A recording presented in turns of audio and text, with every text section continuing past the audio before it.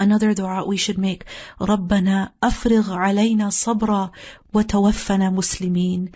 That our Lord pour upon us patience and let us die as Muslims in submission to you.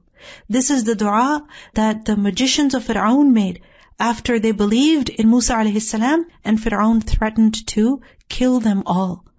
So they made dua that they understood that Fir'aun was a tyrant who was going to torture them, who was going to make their life very, very, very difficult and painful.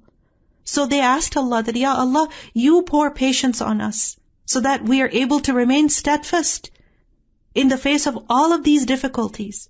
And sometimes it happens with a person that you find yourself surrounded by trials.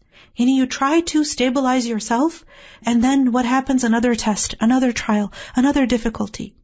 So ask Allah, Ya Allah, pour down patience on me, give me steadfastness, and cause me to die as a Muslim, that when I leave this world, I am in a state of Islam, submission to you.